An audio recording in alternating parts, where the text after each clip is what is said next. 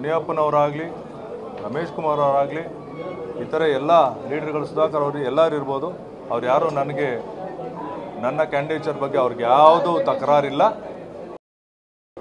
ಬಂದು ನನಗೆ ಸಹಾಯ ಮಾಡ್ತಾರೆ, ಆಶೀರ್ವಾದ ಮಾಡ್ತಾರೆ ಅಂತೇಳಿ ನನಗೆ ನಂಬಿಕೆ ಇದೆ. ಯಾರು ಪರ ಕ್ಯಾಂಡಿಡೇಟ್ ಸರ್? ಈಗ ಎರಡು ಬಣ ಇದೆ ಕಾಂಗ್ರೆಸ್ನಲ್ಲಿ, ನಿಮ್ಮ ಕ್ಷೇತ್ರದಲ್ಲಿ ಮುಖ್ಯಮಂತ್ರಿಗಳು ಡಿ.ಕೆ. ಶಿವಕುಮಾರ್, ಇಲ್ಲೂ ಸಹ ಬಣಗಳಿವೆ. ಇಲ್ಲಿ ನೀವು ಯಾವ ಬಣದಿಂದ ಬಂದಿದ್ದೀರಾ? ನಾನು ಕಾಂಗ್ರೆಸ್ ಕ್ಯಾಂಡಿಡೇಟ್. ನನ್ನ 27 ವರ್ಷಗಳ ಕೆಲಸ ನೋಡಿ ನನಗೆ ಪಕ್ಷ ಇವನಾದರೆ ಸೂಕ್ತವಾಗಿರ್ತಾನೆ ಅಭ್ಯರ್ಥಿ ಅಂತ ಹೇಳಿ ಕಾಂಗ್ರೆಸ್ ಪಕ್ಷ ನನಗೆ ಅವಕಾಶ ಮಾಡಿಕೊಟ್ಟಿದೆ. ಇದರಲ್ಲಿ ಯಾವ ಬಣ, ಕಾಂಗ್ರೆಸ್ ಪಕ್ಷದಲ್ಲಿ ಯಾವ ಬಣ ನನಗೆ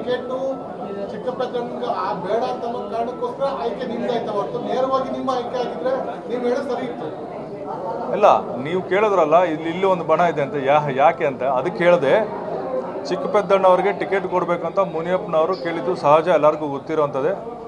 ಆದರೆ ಪಕ್ಷ ಒಂದು ತೀರ್ಮಾನ ತಗೊಂಡಿದೆ, ಇದು ಬೇಡ, ಇದೊಂದು ಅವಕಾಶ ಒಬ್ಬ ಕಾರ್ಯಕರ್ತನಿಗೆ, ಸಾಮಾನ್ಯ ಕಾರ್ಯಕರ್ತನಿಗೆ ಒಂದು ಒಳ್ಳೆ ಸ್ಥಾನಕ್ಕೆ ತಗೊಂಡೋಗುವಂಥ ಒಂದು ಅವಕಾಶ ಇದೆ ಅಂತೇಳಿ ನನ್ನನ್ನು ನೇಮಿಸಿದ್ದಾರೆ. ಕ್ಷೇತ್ರದಲ್ಲಿ ಟಿಕೆಟ್ ವಿಷಯ ಬಂದಾಗ ಸಚಿವರು, ಶಾಸಕರು ರಾಜೀನಾಮೆ ಕೊಡ್ತಕ್ಕ ಹೋದ್ರು. ಆ ಲೆವೆಲ್ ಹೋದಂತ ಪರಿಸ್ಥಿತಿಯಲ್ಲಿ ಈಗ ನೀವು ಚುನಾವಣೆ ಎದುರಿಸಕ್ಕೆ ಹೋಗ್ತಿದ್ದೀರಾ? ತುಂಬಾ ನಿಮ್ಗೆ ರಿಸ್ಕ್ ಆಗೋದಿಲ್ವಾ? ನನಗೇನು ಅನ್ಸಲ್ಲ. ಅವ್ರ ಪರ್ಸನಲ್ ಏನೇ ಇರ್ಬೋದು, ನನ್ನ ವಿಚಾರ ಬಂದಾಗ ಎಲ್ಲರೂ ಒಗ್ಗಟ್ಟಾಗಿ ಕೆಲಸ ಮಾಡ್ತಾರೆ ಅಂತ ವಿಶ್ವಾಸ ನನಗಿದೆ. 100% ಎಲ್ಲರನ್ನು ಭೇಟಿ ಮಾಡಿ ನಾನು ಪ್ರಚಾರಕ್ಕೆ ಹೋಗ್ಬೇಕು, ಯಾರನ್ನೂ ಬಿಡೋಂಗಿಲ್ಲ. ಎಲ್ಲ ನಮ್ಮ ನಾಯಕರುಗಳು, ಎಲ್ಲ ದೊಡ್ಡ ದೊಡ್ಡ ಲೀಡರ್ಗಳು. ಹಾಗಾಗಿ ನಾವೆಲ್ಲರನ್ನೂ ವಿಶ್ವಾಸಕ್ಕೆ ತಗೊಂಡೇ ನಾವು ಪ್ರಚಾರಕ್ಕೆ ಇಳಿದ್ದೀವಿ.